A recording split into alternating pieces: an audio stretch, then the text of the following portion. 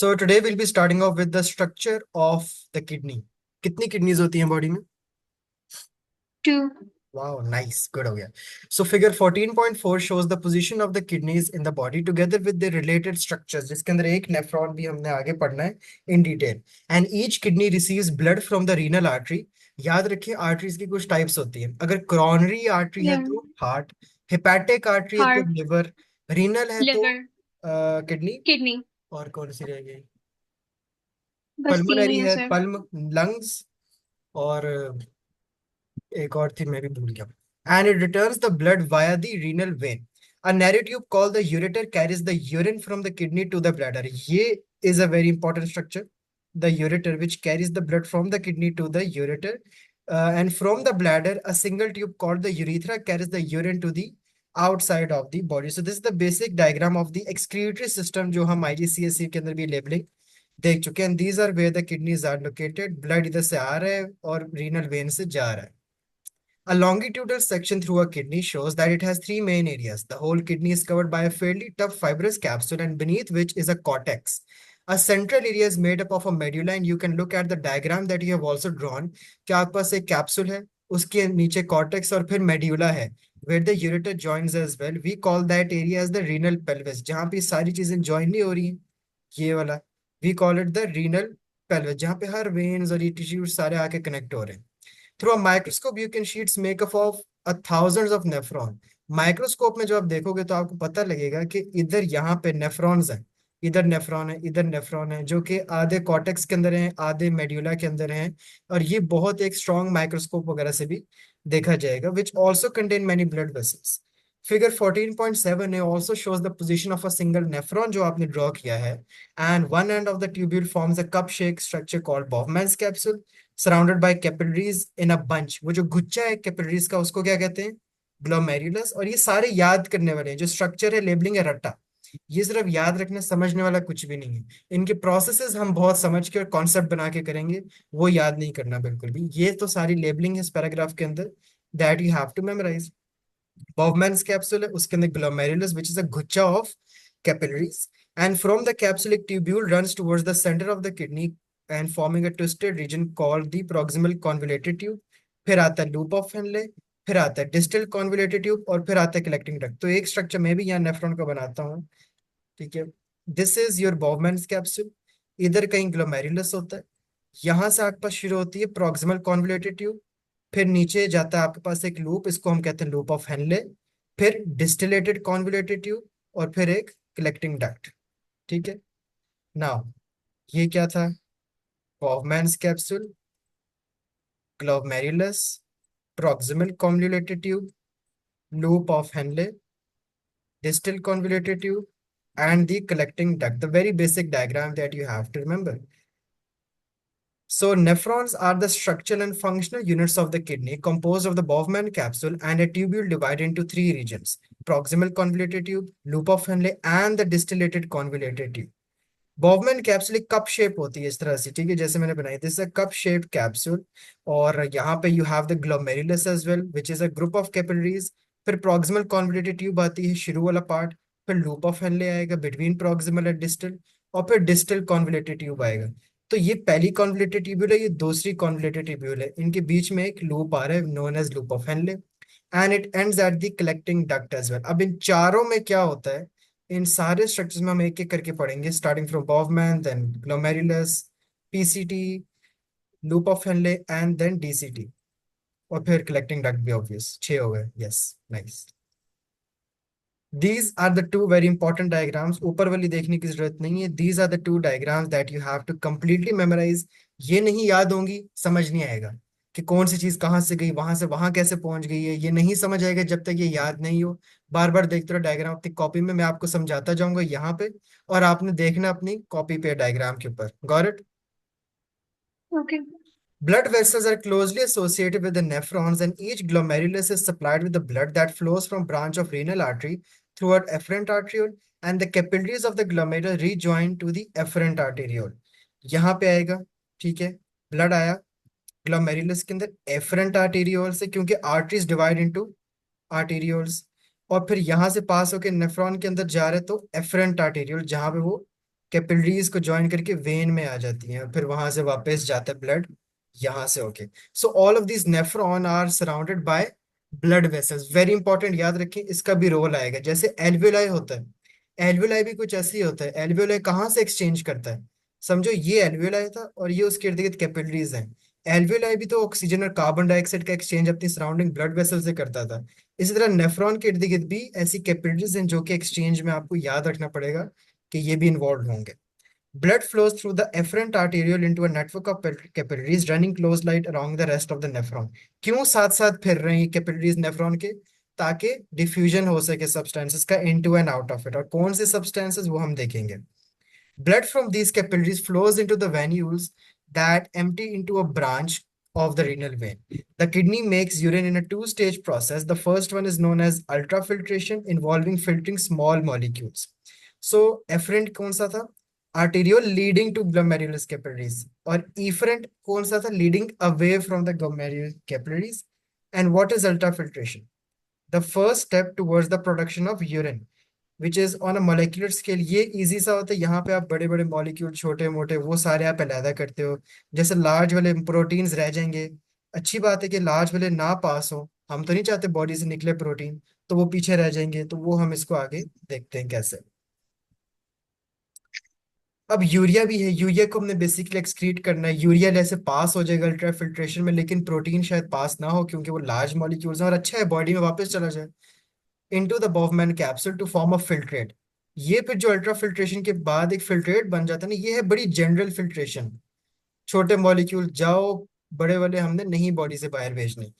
अब ये सारा फिल्ट्रेट जाएगा नेफ्रॉन के अंदर। ठीक है, ये वाला फिल्ट्रेट कहाँ बना? बॉफमैन कैप्सूल के अंदर। अब ये जाएगा नेफ्रॉन के अंदर for the second stage which is known as the selective re absorption, which is the movement of a certain substances from the filtrate in the nephrons back into the blood. Now let's discuss ultrafiltration. Ultrafiltration आपके पास होगी glomerulus and बॉफमैन capsule के अंदर। अब ध्यान से सुनो, blood आया glomerular capillaries के अंदर, और बॉफमैन कैप्सूल की दो लेयर्स में से पास करना है। One of them is also known as a basement membrane. दो लेयर्स हैं और एक बेसमेंट मेम्ब्रेन है। फर्स्ट लेयर का नाम है एंडोथीलियम। यहाँ से ये बहुत tiny membrane line circular holes होंगे। और फिर सेकंड लेयर आएगी आपके पास एक बेसमेंट मेम्ब्रेन, जो कि बना है network of collagen and glycoprotein से। This second layer is also form from epithelial cells which make up the inner lining of the Bowman capsule. Got it? तो पहली क्या हो गई? Yes. Endothelium, second basement membrane, तीसरी epithelial. Got it? Yes. ये याद हो गया। दिस इज एंडोथीलियम, ये किससे बनी हुई थी? ठीक है, उसके बाद बेसमेंट मेम्ब्रेन, और फिर आपके पास आ गया एपिथीलियम, जो कि असल में द इनर मोस्ट लाइनिंग भी है बॉवमैन कैप्सूल की।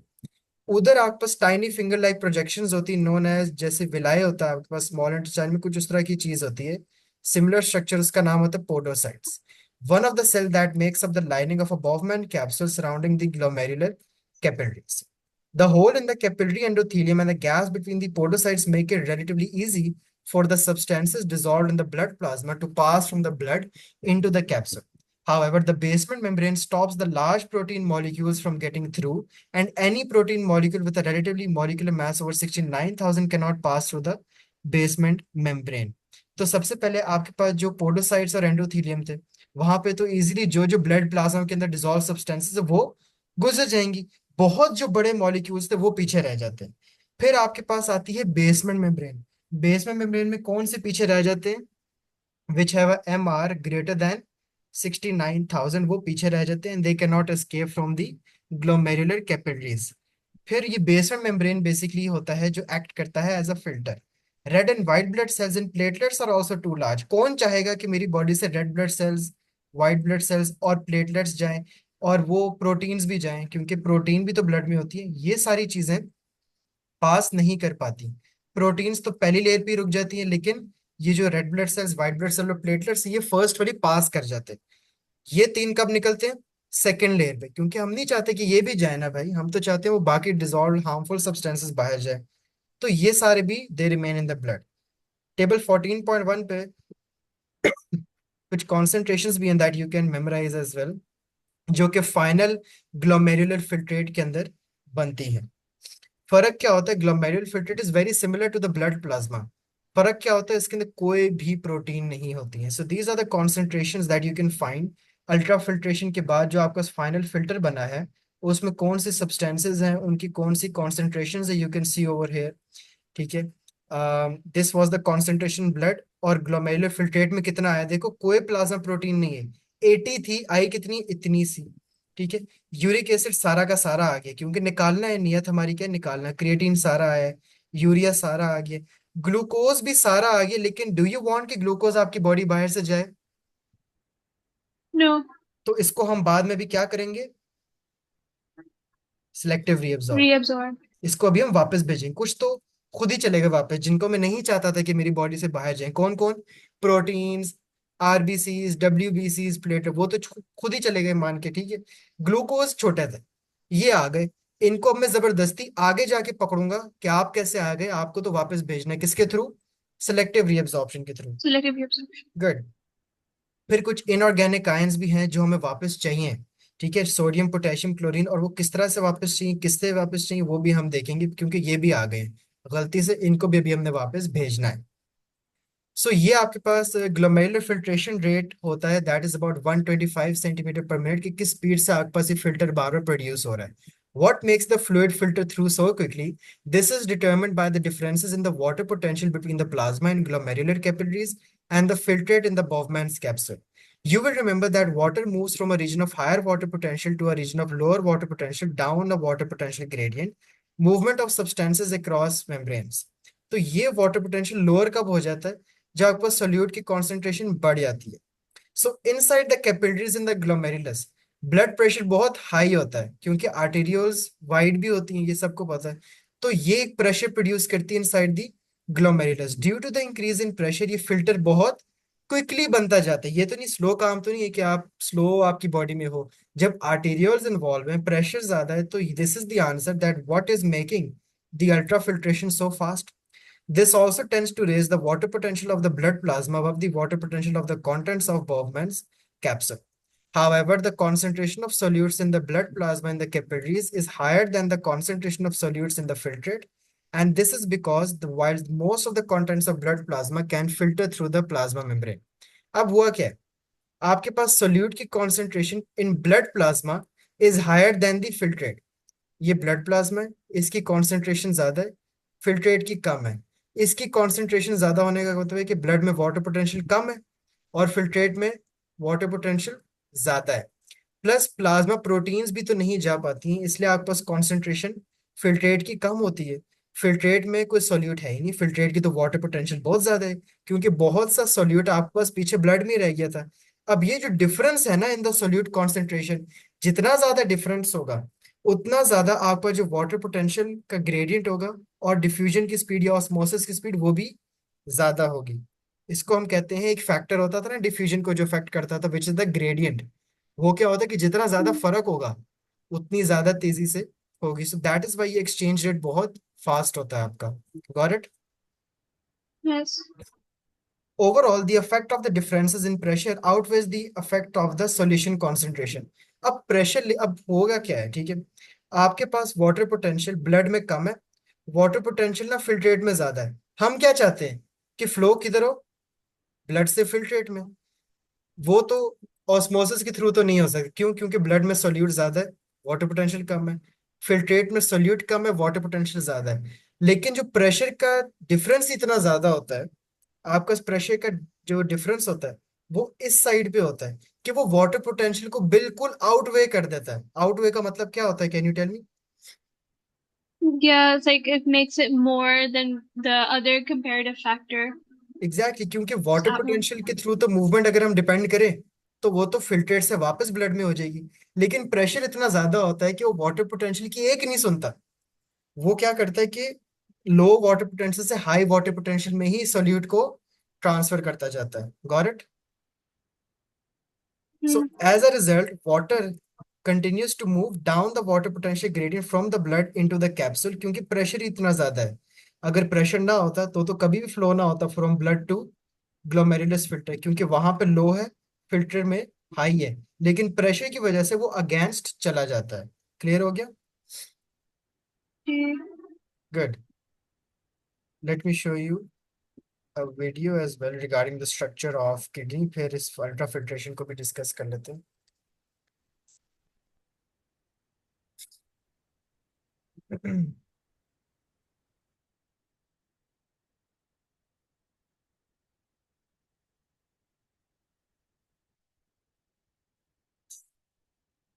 going to get filtrated.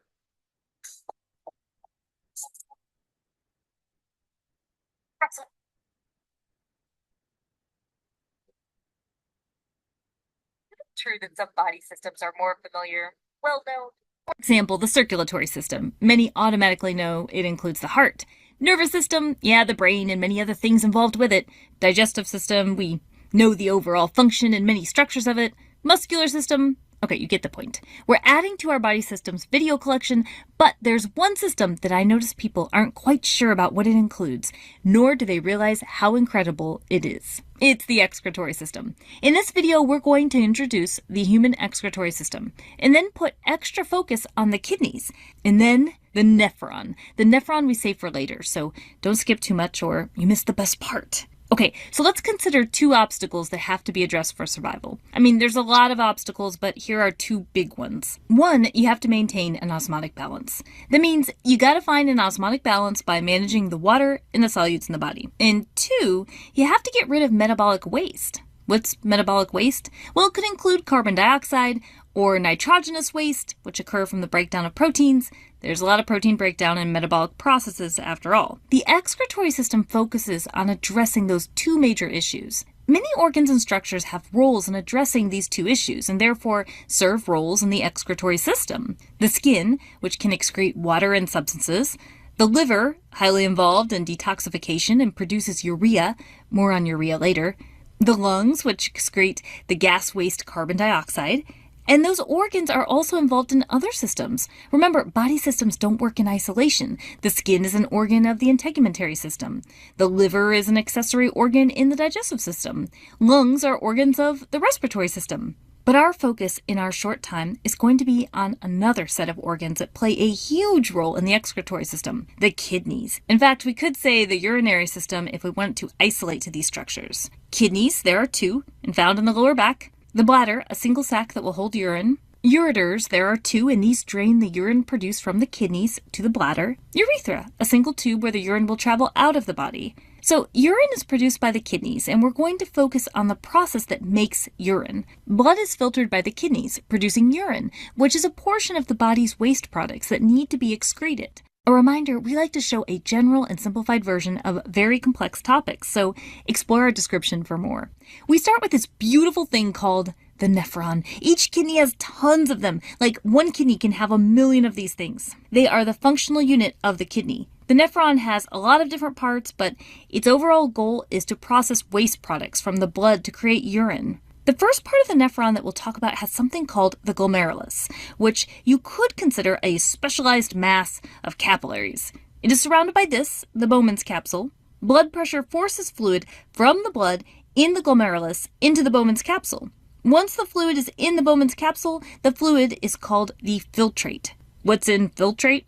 Well, here are a few major things. Water, some glucose and amino acids, salts, H+ ions, bicarbonate ions, other ions, some medications if applicable, some vitamins, and urea, a nitrogenous waste produced by the liver that the body needs to get rid of. So the nephron is going to take this filtrate through the ride of its life while it will process it. Some of the filtrate is reabsorbed, meaning some of the filtrate will cross the barrier of the nephron back into the fluid surrounding the nephron, also called the interstitial fluid, and eventually circulate again through the body. But in order to get rid of some components and eventually excrete them as urine, those items will be in the tubes of the nephron, eventually to form urine. Some substances that enter or leave the nephron, they might travel by diffusion or facilitated diffusion, and those transport types move with the gradient from high to low concentration. But sometimes substances are transported by active transport, requiring ATP. Let's go. We're going from the Bowman's capsule to proximal tubule. Proximal can mean near, and it is the tubule nearest the glomerulus. Important because there is another tubule later on. In this proximal tubule, NaCl moves to the interstitial fluid. A little about NaCl, it is a salt. I'm going to say NaCl in this video a lot, but realize that to enter or leave, the Na and Cl can separate to go through separate proteins. Water will follow by osmosis, which makes sense as this area is hypertonic due to the NaCl. Therefore, we say salt and water are reabsorbed because they're not staying in the nephron here. They're going to the interstitial fluid. Other substances like glucose, amino acids, potassium, and bicarbonate are also reabsorbed, again meaning they're going to the interstitial fluid by either active or passive transport. Now, when we say reabsorbed, not all of these are 100% reabsorbed, and so some concentrations of these remain in the filtrate. Now, what is secreted? Meaning what will move from outside the tubule, the fluid surrounding this area of the nephron, into the proximal tubule. H+ ions and ammonium ions are some items secreted. With what's being reabsorbed and secreted, like bicarbonate and H+, you can tell the proximal tubule is important for pH regulation. Now we move into the loop of Henle. It has a descending limb going down and ascending limb going up. We'll start with the descending limb going down. There's a lot of aquaporins here. Remember those channels? Aquaporins make it easy for water to travel through. So the water can get reabsorbed here because the water can get out of the loop and into the interstitial fluid. And by osmosis, water would travel that way as the interstitial fluid is hypertonic at this part. That means the interstitial fluid has a higher solute concentration than the filtrate. And remember that So इस selective reabsorption को we're going to see afterwards. पहले हम इसको यहाँ से पढ़ लेते हैं. Ultrafiltration में क्या होता है? Can you tell me? Okay, so in ultrafiltration, the blood is separated in the glomerular capillaries. That's all that I captured. Mm-hmm. There's like three bases. So there's the first, there's the endothelial base, sorry, the endothelial membrane, and then there's the second membrane, which is known as the basement membrane, and then the third is the epithelial membrane. Hmm. And then they go through that, and then there are some substances that are stopped at the second membrane, which is the basement membrane, that make it through the first, but they don't make it through the second. So yeah, that.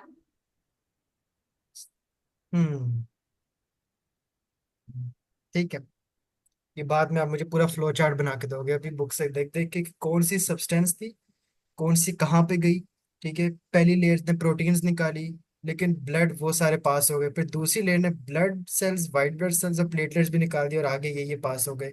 And पे आपकी जो final glomerular filtrate था उसमें क्या था compare to the blood as well. पूरा flow chart चाहिए of all three layers मुझे. Got it? Okay. ठीक है. Many of the substances in the glomerular filtrate need to be kept in the body. अब फिल्ट्रेट में भी कुछ चीजें ऐसी चीजें आ गई हैं जो मैं चाहता था कि निकल जाएं, बॉडी में रह जाए, नहीं रुकी, वो पास अलोंग कर गई नेफ्रॉन के अंदर. एज ओनली सब substances are reabsorb, the process is known as selective reabsorption. सबसे पहले रीअब्सॉर्प्शन हम पढ़ेंगे किसमें? प्रॉक्सिमल कॉन्वोल्यूटेड ट्यूब में. Most of the reabsorption takes place in the proximal convoluted tube, or its lining of nephron is also made up of a single layer of cuboidal epithelial cells. These cells are adapted for their function of reabsorption by having a lot of microvilli, having a high surface area, having a lot of co-transporter protein. ये सारी चीजें इनको help करती हैं for faster reabsorption. फिर इनके tight junction होते हैं जिनने एपिथेलियल सेल्स को बहुत करीब से पकड़ा होता है. Then there are also many mitochondria. तो ये कुछ एडॉप्टेशंस हैं पीसीटी की कि ये इतना अच्छा फंक्शन कर रहा है. फिर सेकेंडली ब्लड कैपिलरीज इतनी क्लोज होती हैं to the outer surface of the PCT कि जो ब्लड होते हैं दीज कैपिलरीज वो बहुत डायरेक्टली इन टच होता है. अब आपका नेफ्रॉन का जो पहला पार्ट है यहाँ पे, इसके इर्द गिर्द भी आपके पास कैपिलरीज हैं which are very closely flowing to the proximal convoluted tube. तो it has much less plasma in it as usual, और उसने बहुत ज्यादा वाटर भी लूज कर दिया. Basal membranes of these cells जो प्रॉक्सिमल कॉन्वोल्यूटेड ट्यूब को लाइन करती हैं, इनमें कुछ होते हैं सोडियम पोटेशियम पंप्स जो कि मूव Sir, करते हैं. हाँ जी. what are basal membranes? Basal membrane is just the cell lining का नाम है ऑफ प्रॉक्सिमल कॉन्वोल्यूटेड ट्यूब. हर चीज की एक मेम्ब्रेन होती है, इसकी मेम्ब्रेन का नाम बेसल मेम्ब्रेन है. पीसीटी की, पीसीटी भी Okay. एक ट्यूब है ना. Okay. ठीक है, यू सी दिस. Yes. ये सारी एक ट्यूब है ना, Yeah. इस ट्यूब ये चीज बेसल जी. मेम्ब्रेन है।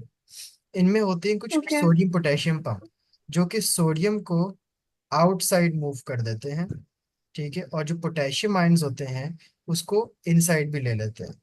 अब जैसे ही ये सोडियम आयंस को बाहर पंप करते हैं, वो कहाँ चले जाते हैं? कैपिलरीज में, ब्लड में। अब pumping of the sodium ions out of the cell, कौन सा सेल? ये जो पीसीटी के सेल्स होते हैं, ये पीसीटी इज व्हाट, ये छोटी छोटी ट्यूब्स है ना, मेड अप ऑफ सेल्स। इन्होंने क्या किया, इनमें सोडियम पोटेशियम पंप्स थे, they have sent sodium outside, उन्होंने पीसीटी के बाहर वो भेज दिए हैं, ठीक है। Now the sodium ions diffuse down the constant gradient to the luminal membranes, but sodium ions do not diffuse freely through the membrane. They can only enter through special co-transporter membrane. अब proteins, अब होता क्या है कि आपने जब इनको pump किया सोडियम आयंस को, concentration of sodium ions inside the cell कम हो गई थी, and they diffuse down their concentration gradient through the luminal membrane. luminal membrane capillary की मेम्ब्रेन होती है, लेकिन अब वो जब वापस डिफ्यूज करेंगे, they are not going to go freely through membrane, वो आएंगे अब एक कोर ट्रांसपोर्टर के थ्रू।